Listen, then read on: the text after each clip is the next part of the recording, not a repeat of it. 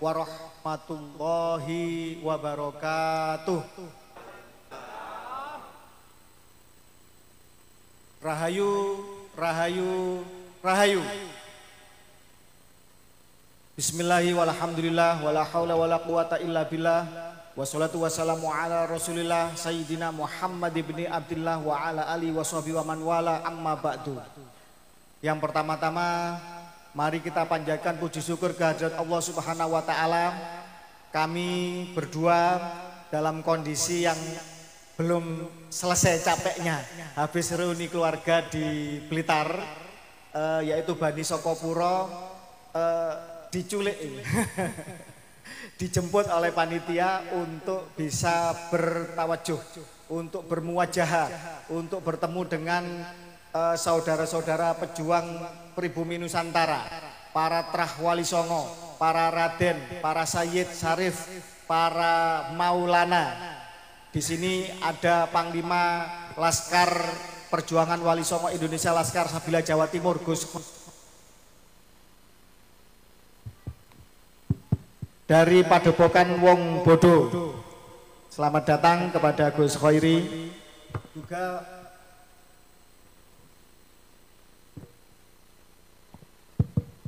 Juga tak lupa kepada jajaran pengurus PWI Laskar Sabilillah Tulungagung.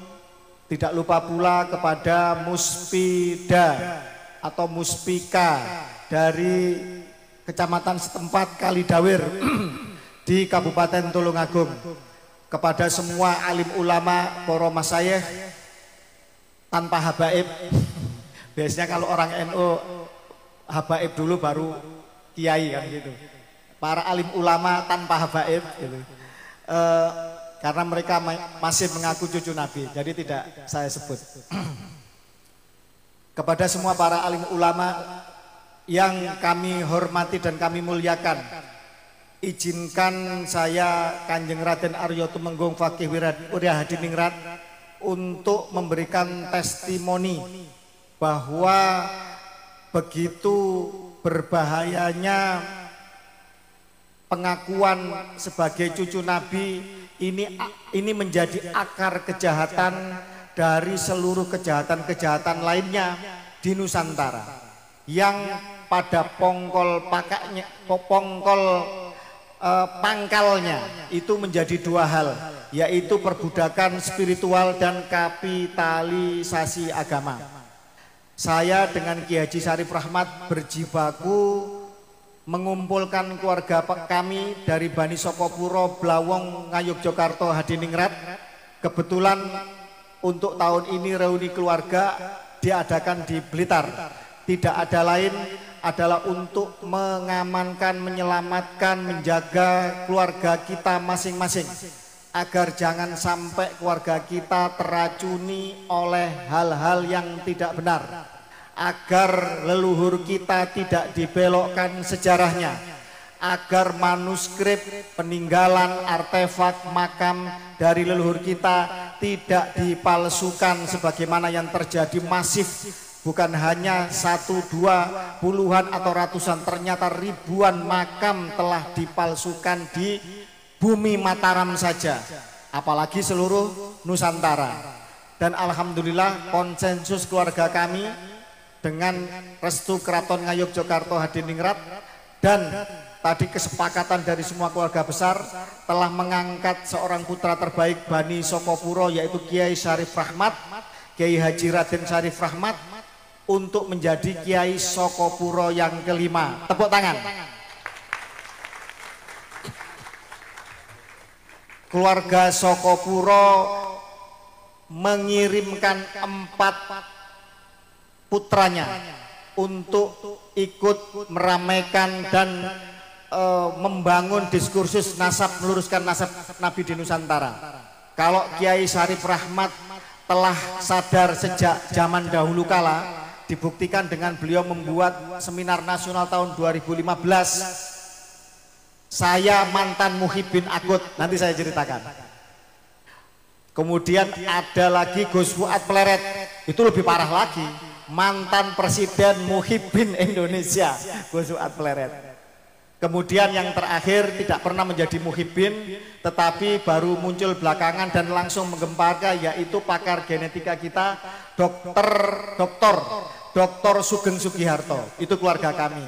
Alhamdulillah diskursus nasab ini akhirnya menjadi bola salju yang semula menjadi perbincangan di grup WA, membesar kemudian di medsos yang lebih luas, di Facebook, di YouTube, dan seterusnya hingga menjadi kajian-kajian ilmiah.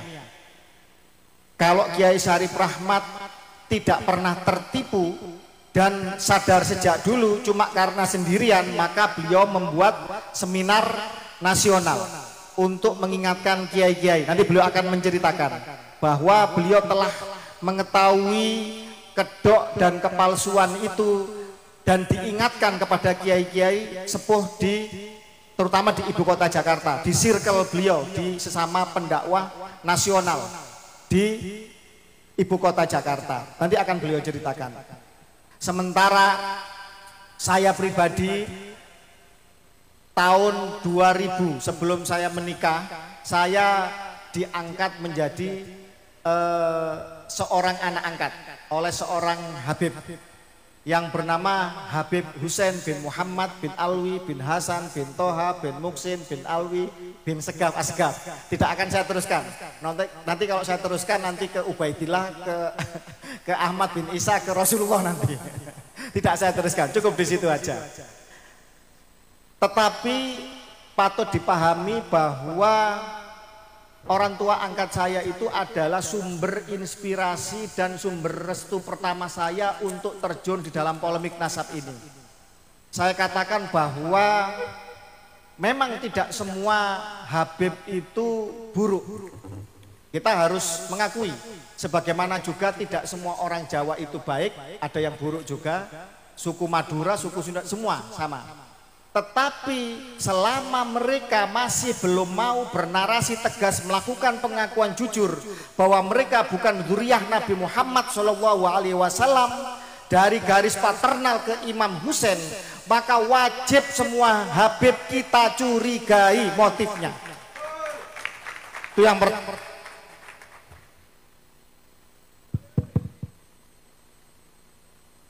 Orang tua angkat saya kebetulan dari seorang Habib yang aristokrat. Nah, ada Habib aristokrat, Habib yang cukup berada dari kelas pengusaha, dari juga kelas ulama.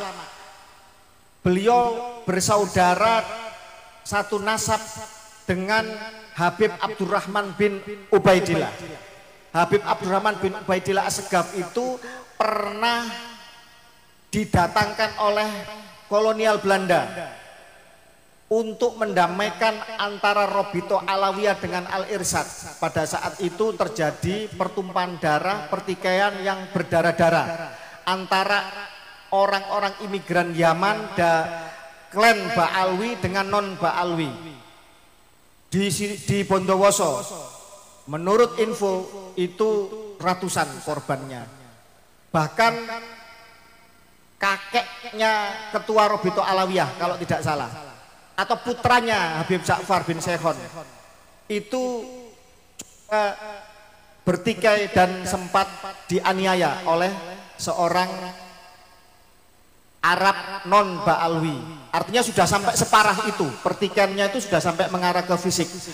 Karena Belanda punya proyek migrasi ras imigran dari Yaman ini untuk kooptasi Islam di Nusantara pasca perang Diponegoro, dan ini terjadi pertikaian di antara mereka, maka ini mengancam proyek kolonialisasi itu sendiri, sehingga kemudian didatangkanlah Mufti Tarim yang bernama Abdurrahman bin Ubaidillah ke Nusantara. Ternyata Abdurrahman bin Ubaidillah Asgaf ini kecewa. Di dalam kitab Al-Istizadah fi Akhbaris Sada ditulis oleh cucunya sendiri, itu beliau bertestimoni bahwa beliau kecewa dengan klan Ba'alwi yang rasis, yang rakus, bahkan didoakan rezekinya tidak barokah karena mendukung pemerintahan kafir harbi di Nusantara. Ketika itu beliau menemui klan Arab non Ba'alwi dengan sembunyi-sembunyi, karena takut diancam oleh bangsanya sendiri, klan Ba'alwi. Bayangkan seorang mufti Tarim datang ke Nusantara untuk mendamaikan, bangsanya sendiri tidak bisa dinasihati, keras kepala, dia menemui klan non Ba'alwi dengan sembunyi-sembunyi. Testimoni beliau bahwa klan non Ba'alwi itu bisa dinasehati, menerima beliau untuk perdamaian, tapi Ba'alwinya justru semakin rasis. Itu yang kemudian memicu berdirinya Al-Irsyad. Kalau tidak salah, ketika Syekh Ahmad Surkati menyampaikan tentang isu kafa'ah, sebagaimana fatwa dari mufti Belanda Usman bin Yahya, mufti Batavia. Kalau mufti Pasuruan Malang itu Alatos, nanti ada mufti Pekalongan. Jadi Belanda membuat mufti-mufti, pemimpin keagamaan yang berfatwa untuk kepentingan kolonial Belanda, dan ini tidak bisa dibantah oleh siapapun karena sampai sekarang manuskripnya, surat menyuratnya, penghargaannya, fotonya, jejaknya masih ada hingga sekarang. Bantah ini kalau berani, bantah ini kalau mereka tidak pernah menjadi antek-antek jongos kolonial Belanda. Bahkan Habib Ali Kuitang yang katanya itu moderat ternyata kamuflase karena memakai 2 bintang salib penghargaan dari Ratu Belanda. Kalau Usman bin Yahya 1, beliau malah 2. Hal ini menjadi sebuah bukti nyata bahwa mereka memiliki agenda jahat dan tersembunyi sejak mereka didatangkan oleh kolonial Belanda. Bapak Ibu sekalian, ketika kemudian Abdurrahman bin Ubaidillah kembali ke Tarim, kemudian beliau bertestimoni, ditulis oleh cucunya menjadi kitab Al-Istizadah fi Akhbari Sada. Kebetulan orang tua angkat Habib Hussein berasal dari keluarga ini. Karena berasal dari keluarga yang seperti itu, pola pikirnya beliau lebih moderat. Terus terang, dari banyak Habib sudah menghubungi saya secara pribadi. Saya tidak akan menyebutkan namanya karena amanah. Terutama mereka yang telah tes DNA. Ada marga Asgaf, ada marga Al-Hadi, dan lain sebagainya. Mereka mengatakan bahwa kami sudah taslim, kami bukan cucu Nabi. Contohnya yang Al-Hadi misalkan, itu ras Arabnya di bawah 1%. Ini DNA loh.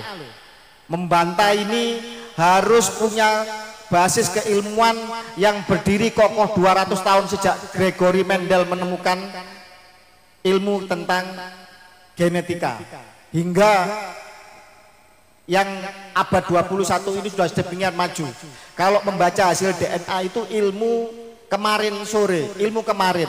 Sekarang bukan lagi membaca hasil tes DNA atau memetakan hasil DNA, tetapi merakit DNA untuk membentuk varietas unggul. Bagaimana misalkan orang tua kita itu punya gejala diabetes misalkan, itu bisa sperma maupun ovumnya itu dirakit dahulu sebelum dikawinkan untuk melahirkan bayi yang terbebas atau yang tidak rentan terhadap diabetes. Itu bisa. Jadi merakit DNA sudah dilakukan di zaman sekarang. Cina itu sudah membuat replika atau merakit DNA dari berbagai macam hewan dari mutasi genetisnya seekor naga. Bayangkan, ada direwolf atau serigala zaman purba, itu sudah bisa dirakit. Luar biasa zaman sekarang. Jadi kalau membaca tes DNA itu ilmu kemarin. Kalau membantah ini berarti dia hidup di abad pertengahan, di abad zaman batu. Kalau mau membantah tes DNA. Banyak Habib yang telah tes DNA dan mengakui bahwa dirinya taslim bukan cucu Nabi dan bukan orang Arab. Jadi kalau Arab saja bukan, mustahil jadi keturunan Nabi Ibrahim, mustahil jadi keturunan Nabi Ismail, mustahil jadi keturunan Bani Quraisy, mustahil jadi keturunan Bani Hasyim, apalagi keturunan Imam Ali, Hasan dan Husain yang merupakan cucu dari baginda Nabi Muhammad Shallallahu Alaihi Wasallam. Itu sudah banyak Habib yang taslim, itu sudah banyak, tapi mereka tetap tidak berani bernarasi. Bagi kita mereka yang sadar atau tidak sadar tetapi belum berani bernarasi, kita anggap sama saja. Sepakat? Karena kalau mereka berani bernarasi dan meminta maaf kepada bangsa Indonesia, maka ini akan menjadi fakta sejarah, dokumentasi sejarah bahwa dulu datuknya pernah mengakui bukan cucu Nabi, dan menjadi pelajaran bagi seluruh keturunan Ba'alwi, imigran Yaman ini, untuk mengingatkan keturunannya agar jangan coba-coba mengaku sebagai keturunan Nabi Muhammad SAW. Ketika sebelum PWI berdiri ada Naat ya. Sebelum Naat itu adalah beberapa nakobah yang masuk ke Nusan Cengceng Sarung ya, untuk melawan narasi bahwa Wali Songo bukan dzurriyyah Nabi atau terputus nasabnya atau palsu atau putus perempuan, apalah penghinaan mereka dan lain sebagainya.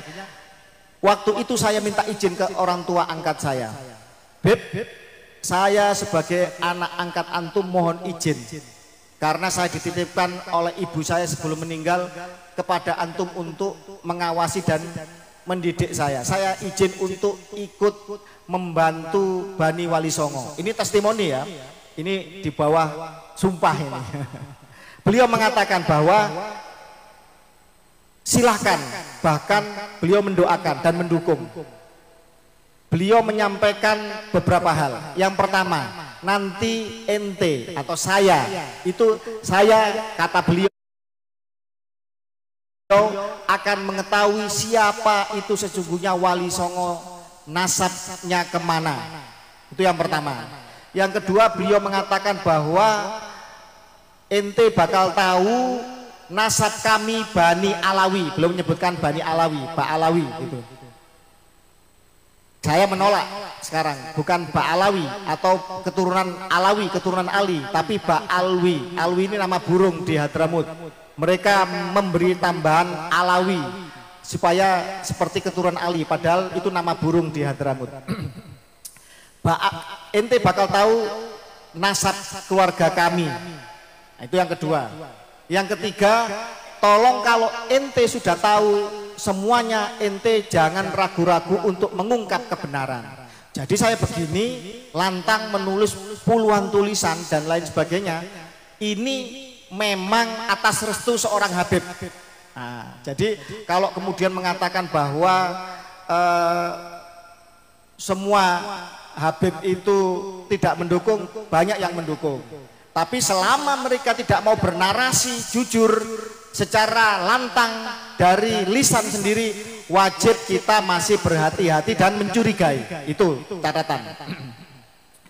Yang berikutnya, beliau pernah ngomong bahwa wajah kami itu tidak seperti orang Arab, tetapi seperti orang Israel.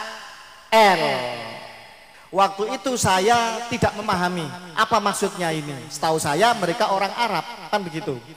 Tapi di akhir-akhir setelah kemudian saya berkorespondensi dengan senior saya di Jerman yang menikahi perempuan Jerman Yahudi Ashkenazi, dari situ saya mendapatkan info bahwa klan Habib Ba'alwi ini sudah diakui, diisbat oleh keluarga besar Yahudi internasional.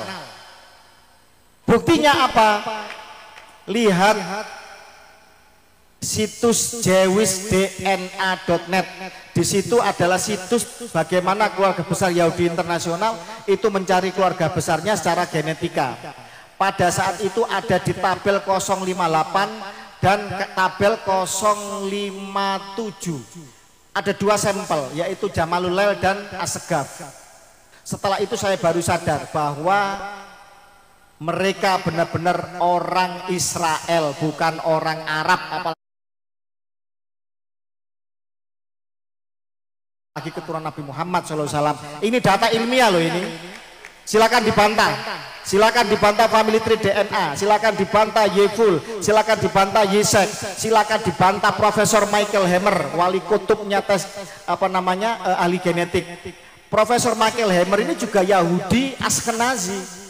Kode haplogrupnya sama dengan Habib, yaitu haplogrup G haplotype-nya PF3296. Kurang apa lagi? Kurang apa lagi? Kurang apa lagi? Jadi begitu. Akhirnya setelah mengetahui ini, kami keluarga Wali Songo ini diglorifikasi nggak ya? Ini diangkat nggak ya? Kalau kami hanya mengangkat bahwa mereka bukan cucu Nabi, ini akan istilahnya dibantah, di framing, dibelokkan macam-macam. Tapi kalau kami mengangkat bahwa mereka bukan saja orang Arab, tetapi mereka adalah gen Yahudi Ashkenazi, maka ini akan lebih tepat ke jantung sasaran mereka. Karena apa? Pengakuan mereka, kejahatan mereka demikian brutal di Nusantara ini. Jadi harus dilawan dengan isu dan dengan data yang tajam. Tidak boleh kita setengah-setengah. Tidak boleh juga kita netral di dalam situasi seperti ini. Mereka-mereka yang netral dengan alasan ngemong, dengan alasan macam-macam lah, sungkan atau bagaimana, pada dasarnya mereka ikut berdosa karena seolah mengamini, tidak tegas di dalam situasi seperti ini. Mereka yang mencoba netral di dalam situasi penindasan dan kebohongan, tak ubahnya mereka adalah penindas dan pembohong itu sendiri. Mohon maaf Habib Husin kalau mendengar ini. Kita siap untuk bertabayun. Saya 8 tahun tidak sowan ke rumah beliau. Karena kalau saya sowan ke rumah beliau ada yang memfoto, nanti di framing Gus Wake sudah dibeli Habib. Wah, ini perjuangan Wali Songo nanti hancur lebur ini. Lah, dari tes DNA inilah kemudian setelah kita glorifikasi, setelah kita viralkan, ini kemudian akhirnya memicu dua hal. Yang pertama bahwa keluarga Wali Songo juga tes DNA, dan alhamdulillah ada beberapa ya, tidak semua ya, yang benar-benar garis lurus laki-laki ke Imam Husain atau Hasan. Itu yang pertama. Yang kedua, Habib yang dulu menyuruh orang untuk tes DNA untuk membuktikan dirinya keturunan Nabi, tiba-tiba mengharamkan tes DNA. Ini persis seperti negara Israel. Bapak Ibu sekalian, Israel itu teknologi sekarang itu bisa merakit daging. Panjenengan ingin makan daging kambing, mereka bisa merakit daging dari bakteri atau ekstrak sapi misalkan gitu. Itu nanti dikembangbiakkan, direkayasa untuk nanti merakit, memprinting, membuat daging sapi, daging kambing, daging kelinci, daging babi, bisa mereka. Tanpa harus kita beternak sapi, kambing atau babi. Seperti itu teknologi mereka. Tetapi mereka mengharamkan tes DNA. Lucu bukan? Lucu. Jadi karena apa? Karena dengan tes DNA inilah bahwa maling nasab lebih mudah dibuktikan daripada maling jemuran. Jadi begitu. Jadi sekarang sudah maju zaman, Pak, Bu, ngaku-ngaku keturunan orang lain itu sekarang jangan main-main. Seorang motivator kelas nasional dengan inisial MT, saya nggak nyebut nama ya, nanti khawatir jadi kejahatan ITE nanti. Dulu begitu orang gandrung kepada dia, sekali mengundang itu ratusan juta di sebuah tempat yang harus hotel berbintang 5 di TV-TV nasional. Hanya karena tidak mengakui anak kandungnya dari mantan istrinya, sehingga sekarang semua orang tidak percaya kepadanya setelah dites DNA si anak kandung ini. Masih ingat namanya? Kiswinar ya, sudah ya. Jadi itu banyak orang-orang yang akhirnya jatuh setelah dites DNA. Karena itulah beberapa narkoba internasional menerapkan tes DNA untuk membuktikan seseorang itu keturunan Nabi atau tidak. Dan kami pun dari Bani Mataram juga mengetes dua pangeran garis lurus laki-laki Bani Mataram, yaitu Gusti Bindoro Pangeran Haryo Yudoningrat dari Ngayogyakarta Hadiningrat, dan Kanjeng Gusti Pangeran Haryo Adipati Benowo dari Surakarta Hadiningrat, untuk membuktikan apa haplogrupnya, apa haplotype-nya, apa, siapa, berapa lama, berapa ratus tahun silam kakek bersamanya. Dari sini untuk menjangkar semua Bani Mataram, orang-orang yang punya keterkaitan darah dengan Jogja, Surakarta, Mangkunegaran maupun Pakualaman atau semua yang terahnya dengan Joko Tingkir misalkan, agar tidak mudah disusupi oleh nasab orang lain, agar Hamengkubuwono yang diakui sebagai bin Yahya dan Pakubuwono yang diakui sebagai Assegaf bisa terpatahkan dengan tes DNA. Kurang ajar mereka itu, sangat kurang ajar dan brutal kejahatannya. Berani menabrak data keraton Nusantara. KRT Sumodiningrat menjadi Hasan bin Toha bin Yahya. Terus kemudian siapa itu di Banten ya, ada siapa itu Panglima Gajah siapa itu menjadi bin Yahya. Banyak yang di bin Yahyakan. Wali Songo dibasaibankan atau diazmatkan ba'alwikan. Dan ini jelas-jelas pembelokan sejarah yang harus dilawan. Modus ini banyak digunakan oleh orang-orang Yahudi sepanjang masa. Saya katakan Yahudi ini ada dua. Yahudi sebagai entitas kesukuan Bani Israel maupun Yahudi sebagai sebuah ideologi yang sekarang berkembang menjadi Zionisme. Yahudi Bani Israel adalah benar-benar keturunan dari Nabiullah Yakub, nama lainnya Israel, Yakub bin Ishak bin Ibrahim. Sementara Yahudi sebagai sebuah ideologi adalah mereka yang menganut agama dari peninggalan dari Yakub bin atau Yahuda bin Yakub bin Ishak bin Ibrahim ini. Ternyata di antara agama Yahudi pun juga mengalami banyak penyusupan nasab. Saya cerita salah satu yang tak terbantahkan ketika lembah para raja di Luxor Mesir itu dibongkar oleh para arkeolog pada awal abad 20. Jadi ketika abad pertengahan atau di zaman Turki Utsmani, para sejarawan Islam itu bingung, kenapa Quran membahas tentang Bani Israel, Bani Israel, Bani Israel. Sedangkan di zaman itu Bani Israel itu tidak ada nilai penting strategisnya sama sekali. Kok dibahas banyak di Al-Quran? Tetapi para ulama-ulama eskatologi akhir zaman memahami, nanti di akhir zaman ini kelompok ini nanti akan berulah. Di zaman itu mereka bukan siapa-siapa. Sebagaimana juga di Al-Quran diangkat bahwa Fir'aun itu akan diawetkan atau diabadikan untuk menjadi pelajaran bagi umat manusia. Orang belum menemukan jasad Fir'aun pada saat itu. Baru setelah awal abad 20 dibongkar piramid dan lembah para raja di Luxor Mesir itu, baru mengetahui bahwa Quran itu benar, bahwa jasad Fir'aun itu dimumikan atau diawetkan. Yang terkenal adalah penemuan seorang jasad yang bernama Yuya. Yuya ini di situ tertulis sebagai Father of God. Apa artinya? Bapaknya Tuhan atau pembaptis Tuhan. Ini Yuya. Sementara Amenhotep ketiga, Fir'aun pada zaman itu God.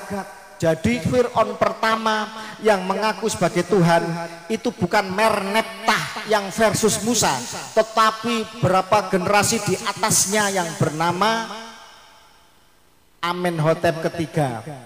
Yuya ini selain wazir agung atau di Quran dikatakan dukun-dukunnya Fir'aun, kepala dukunnya Fir'aun, dia juga mertuanya Fir'aun Amenhotep. Dia punya istri namanya Tuya. Yuya punya istri namanya Tuya. Ini Yuya ya, bukan Yahya ya, bukan bin Yahya ya, Yuya, jangan salah. Yuya punya istri namanya Tuya, punya anak namanya Tiye. Tiye ini yang dikawin sama Amenhotep ketiga. Nanti punya anak apa namanya?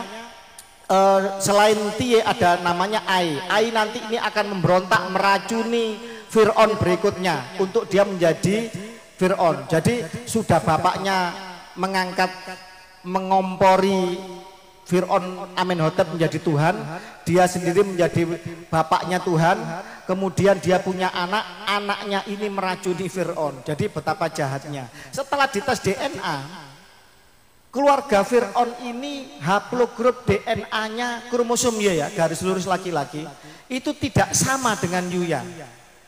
Yuya disinyalir bukan orang asli Mesir, bukan orang asli Afrika Utara. Haplogrupnya adalah G, yaitu pria dari Kaukasia.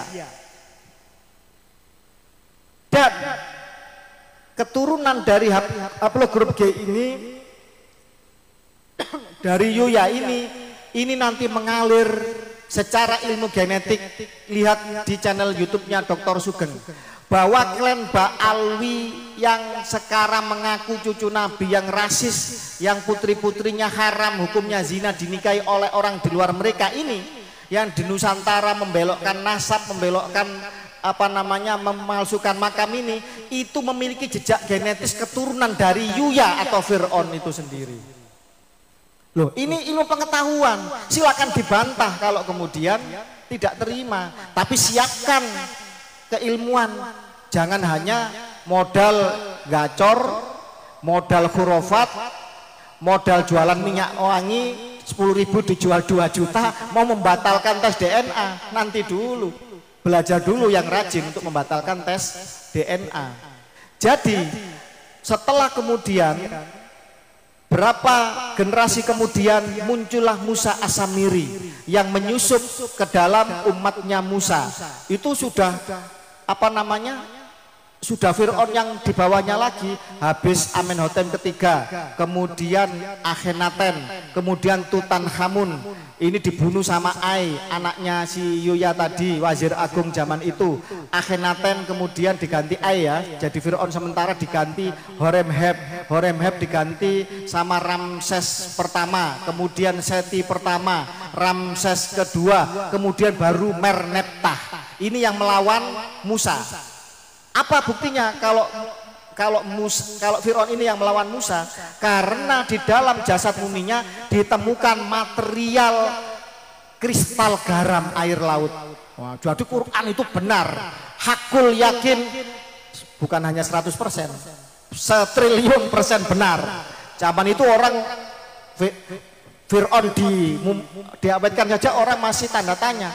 Ternyata sejarah membuktikan kemudian ada Fir'aun yang di dalam lambungnya itu bekas-bekas orang kelelep atau orang tenggelam di lautan. Jadi benar sekali apa yang disampaikan oleh Al-Quran. Ini jauh, sehingga kalau Yuya saja di zaman itu sudah ada penyusup haplogrup G, saya yakin seyakin-yakinnya entitas Musa As-Samiri yang menyembah sapi, yang mengkafirkan sebagian Bani Israel, itu juga haplogrup G. Saya yakin seyakin-yakinnya.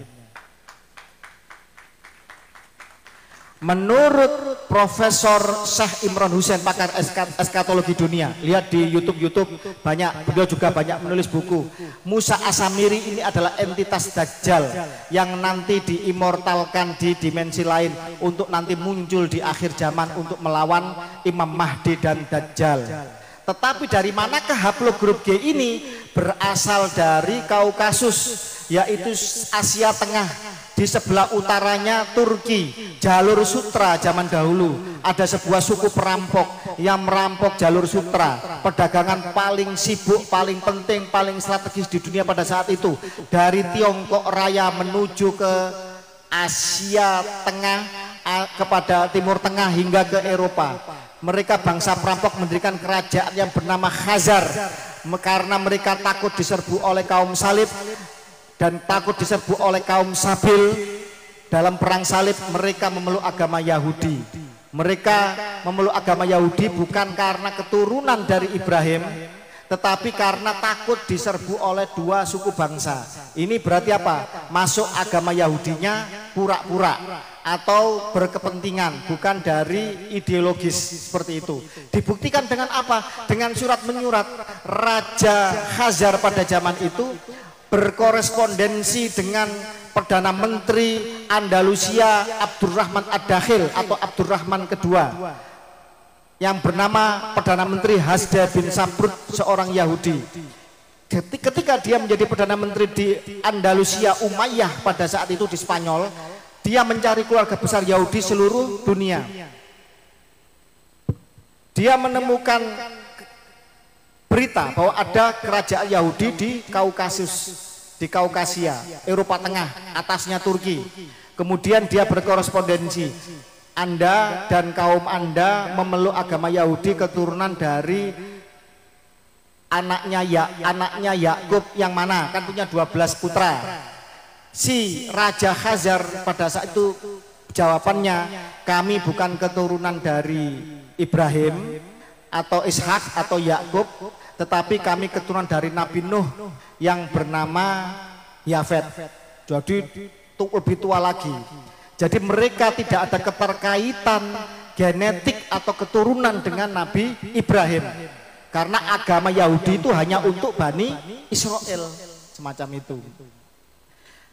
Ternyata setelah itu kemudian tidak lama setelah surat menyurat itu, Bani Khazar ini, kerajaan Khazar ini hancur, diserbu oleh Mongol dan dihancurkan tumpes total oleh kerajaan Kievan Rus atau Rusia. Makanya mereka kemudian membalas dendam dengan Yahudi Khazar ini memberontak pada revolusi Bolshevik 1917 menghabisi dinasti Tsar Rusia. Siapa 3 orang Yahudi Khazar ini? Yaitu Stalin, Lenin, dan Trotsky. Stalin sendiri tes DNA-nya sama haplogrupnya, haplotype-nya dengan Bani Alawi, Ba'alwi. Habib itu sama dengan Stalin. Mau ngomong apa mereka? Mau ngomong apa? Mau merubah DNA dirinya mereka? Bisa merubah DNA 18.000. Bisa mengubah DNA dalam diri kita 18.000 triliun sel dalam diri kita, mustahil saudara-saudara sekalian.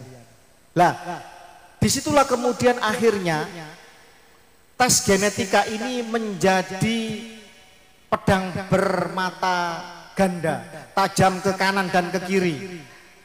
Tajam ke kanan ketika untuk kebaikan mengetahui siapa silsilah leluhur kita dan keturunan kita. Dan juga menjadi tajam ke kiri, menjadi pisau keadilan, pengiris keadilan, pembeda kebenaran bagi orang-orang yang suka memalsukan nasabnya. Pada akhirnya haplogrup G ini terkonfirmasi menjadi tokoh-tokohnya banyak yang menjadi penjahat kelas dunia. Mau tahu? Pertama Yuya, sudah jelas ya, yang menuhankan Fir'aun pertama kali.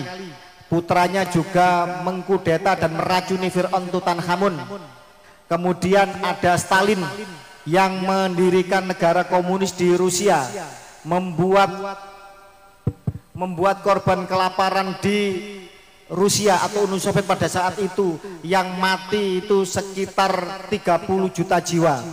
Mengobarkan perang dunia kedua bersama Hitler, yang ibunya Hitler itu ternyata juga Yahudi Ashkenazi. Korban perang dunia kedua 100 juta jiwa. Jahat nama boten? Baik apa jahat? Korban jutaan ini luar biasa. Tsunami Aceh itu yang meninggal 200.000 aja, itu sudah menjadi tragedi kemanusiaan, bencana kemanusiaan, bencana internasional, apalagi perang dunia pertama dan kedua. Kemudian ada lagi tokoh haplogrup G yang lain yang jahat. Ada nggak? Ada. Siapa namanya? Richard the Lionheart, Raja Inggris. Raja Inggris, kerajaan Inggris, Raja Henry itu haplogrupnya I. Kok bisa punya anak haplogrupnya G? Kira-kira ini anak kandung apa bukan? Berarti anak susupan atau ibunya dengan pria lain. Sekarang begini, panjenengan haplogrupnya O misalkan, punya 5 anak laki-laki, dites DNA yang 4 sama-sama O, haplotype-nya, kode genetisnya panjenengan ada di 4 anak ini. Terus 1 orang anak tes DNA-nya nggak sama. Kira-kira panjenengan stres apa enggak? Kira-kira kalau nggak anaknya sopir, ya anaknya tetangga, kan begitu. Naudzubillah min dzalik. Moga-moga tidak terjadi pada keluarga kita semua dan keturunan kita. Jadi semacam itu. Gagalnya Habib Ba'alwi itu ya dari sini. Mereka mengaku keturunan lurus ke sementara keturunan Imam Husain dan Imam Hasan dan seluruh keturunan Imam Ali sudah tes DNA, banyak berkabilah-kabilah di sana. Yang itu haplogrup Imam Ali adalah haplogrupnya J1 dan kode haplotype-nya FGC 10500. Ini ditarik ke atas, Ibrahim juga ketemu J1P58. Nanti keturunan dari Yahudi Lewi yang benar-benar keturunan Ibrahim dari keturunan Nabi Harun juga J1. Ketemu nanti diukur antara Bani Hasim, Quraisy, Bani Adnan dengan Ibrahim, ketemu di sekitar 5000 tahun silam. Sementara Habib Ba'alwi ini di tes DNA J1 saja bukan. Artinya bukan orang Arab. Haplogrupnya G, orang Kaukasus. Terkonfirmasi, terindikasi sebagai Yahudi Bani Khazar yang hancur berantakan, musnah, lari ke banyak negeri, menyebar menyusup ke semua agama, termasuk kemana? Ke Bani Fatimiyah. Sayyid Ja'far Shodiq Batu Ampar, muridnya Sayyid Maliki Mekah, dulu melawan narasi kita, betul? Sayyid Agus Darobi Al-Idrisi. Tapi karena orang alim dan jujur, jadi kalau orang alim saja tidak cukup, orang alim dan jujur ini akan dibimbing oleh ilmu dan akal sehatnya. Akhirnya beliau sadar dan beliau membela narasi kita di garis depan. Bahkan dengan telitinya menemukan syairnya Ali bin Abu Bakar As-Sakran yang menulis kitab Burqatul Musikoh yang pertama kali mengklaim Habib Ba'alwi keturunan dari Nabi Muhammad SAW melalui Ahmad bin Isa Al-Husaini. Di situ terkonfirmasi bahwa mereka keturunan dari Maimun Al-Qodah. Maimun Al-Qodah ini adalah dari dinasti Fatimiyah Mesir yang menganut Syiah Rafidah, yang menuhankan Sayyidina Ali, yang membelokkan madhab Imamiyah Ahlul Bait Nabi. Mereka mendukung gerakan Koromito dari Bahrain, suatu sekte sesat perampok yang pernah membunuh 30.000 jamaah haji di zaman itu, pernah mencongkel Hajar Aswad selama 26 tahun, tidak di Mekah tapi dibawa ke Bahrain. Ini dari dinasti Fatimiyah Mesir. Ini fakta sejarah. Dinasti Fatimiyah ini nanti dihancurkan oleh Salahuddin Al-Ayyubi, di mana Salahuddin Al-Ayyubi ini mendapatkan fatwa dari Syekh Abdul Qadir Al-Jilani. Karena itulah kemudian jangan heran ketika klan Ba'alwi ini begitu menjatuhkan makom, menjatuhkan derajatnya Syekh Abdul Qadir Jailani di bawah datuknya yang fiktif, yaitu Al-Faqih Al-Muqaddam. Lihat di manaqibnya Al-Faqih Al-Muqaddam bagaimana mereka merendahkan Syekh Abdul Qadir Jailani. Awalnya pansos mengatakan Syekh Abdul Qadir Jailani adalah pemimpin para wali masyhur, sementara datuk kami Al-Faqih Al-Muqaddam adalah pemimpin para wali mastur. Wali mastur derajatnya 1000 kali lebih tinggi daripada wali masyhur. Apa ini tidak merendahkan? Merendahkan sekali. Maka Wali Songo yang memiliki pertalian darah dengan Syekh Abdul Qadir Jailani, semua Wali Songo baik yang Al-Hasani maupun Al-Husaini punya pertalian darah dengan Syekh Abdul Qadir Jailani. Makanya manakib Syekh Abdul Qadir Jailani membudaya, mentradisi di Nusantara karena datuknya. Karena siapa lagi yang mau kita bawa? Ya ajaran datuk kita yang kita bawa, bukan ajaran datuknya. Itu ajaran Wali Songo, demikian. Bicara Salahuddin Al-Ayyubi adalah penakluk Yerusalem tanpa membunuh, membantai anak-anak dan perempuan. Disinilah kemudian waktu itu Yerusalem mengalami masa keemasan. Para sejarawan barat memuji Salahuddin Al-Ayyubi atau Saladin sebagai seorang raja besar, penakluk, seorang khalifah yang menjalankan syariat Nabi Muhammad sebenar-benarnya dalam kaidah perang, tidak memotong pohon, tidak membantai anak-anak dan perempuan, mengampuni para tawanan perang. Itu terjadi pada waktu penaklukan Yerusalem. Tapi perdamaian ini diganggu, diserang oleh raja tadi, Richard the Lionheart, yang bapaknya namanya Henry Haplogroup I. Dia si Richard the Lionheart ini, si hati singa ini dari Inggris ini, apa haplogrupnya? Haplogrupnya loh, lah kok G2 bisa sama dengan Mbak Alawi. Jahat apa mboten? Jahat. Panjenengan pernah lihat film Scarface, The Godfather 1, 2, 3, 4 kalau nggak salah, pernah lihat? Seorang penjahat legendaris yang membuat organisasi mafia di Amerika Serikat, organisasi modern yang hampir-hampir meracuni perpolitikan Amerika, bergerak di perdagangan narkoba, pelacuran maupun judi, yang bernama Alfred Capone atau Al Capone. Pernah lihat filmnya? Al Capone ini adalah imigran Yahudi Askenazi dari Sisilia. Haplogrupnya GP303. Ini juga ada kode ini di dalam klan Habib Ba'alwi Yaman. Mau ngomong apa sekarang? Ayo mau ngomong apa? Mau menolak tes DNA? Siapkan keilmuan kalau memang mau dan sanggup membantah tes DNA. Jadi Bapak Ibu sekalian, setelah Dr. Sugeng Sugiarto muncul dan beberapa pakar genetik waktu itu hadir, termasuk Kepala Lab Genomik BRIN, Badan Riset Inovasi Nasional, di seminar nasional di UIN Syarif Hidayatullah Jakarta yang diadakan oleh kakang mas saya Kiai Haji Raden Syarif Rahmat Padasuka waktu itu. Sebenarnya stempel nasab Ba'alwi sudah tuntas. Saya sebenarnya sudah males ngomong masalah nasab Ba'alwi. Karena apa? Mereka gagal total dari berbagai macam sisi. Dari genetika mutlak gagal total.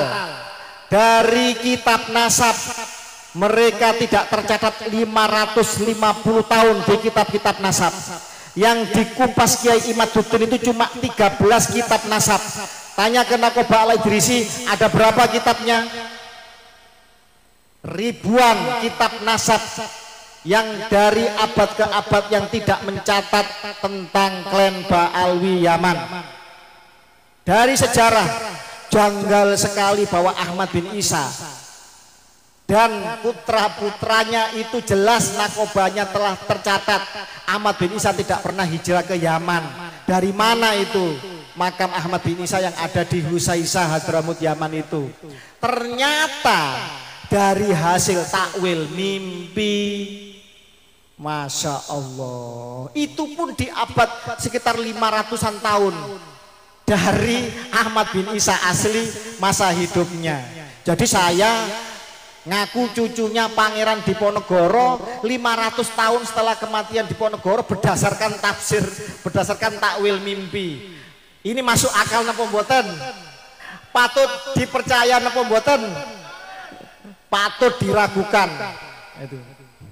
Kemudian saya mengaku trah saka pura dari Blawong Yogyakarta, dari trah Patok Negoro Yogyakarta, dari trah Hamengkubuwono Yogyakarta.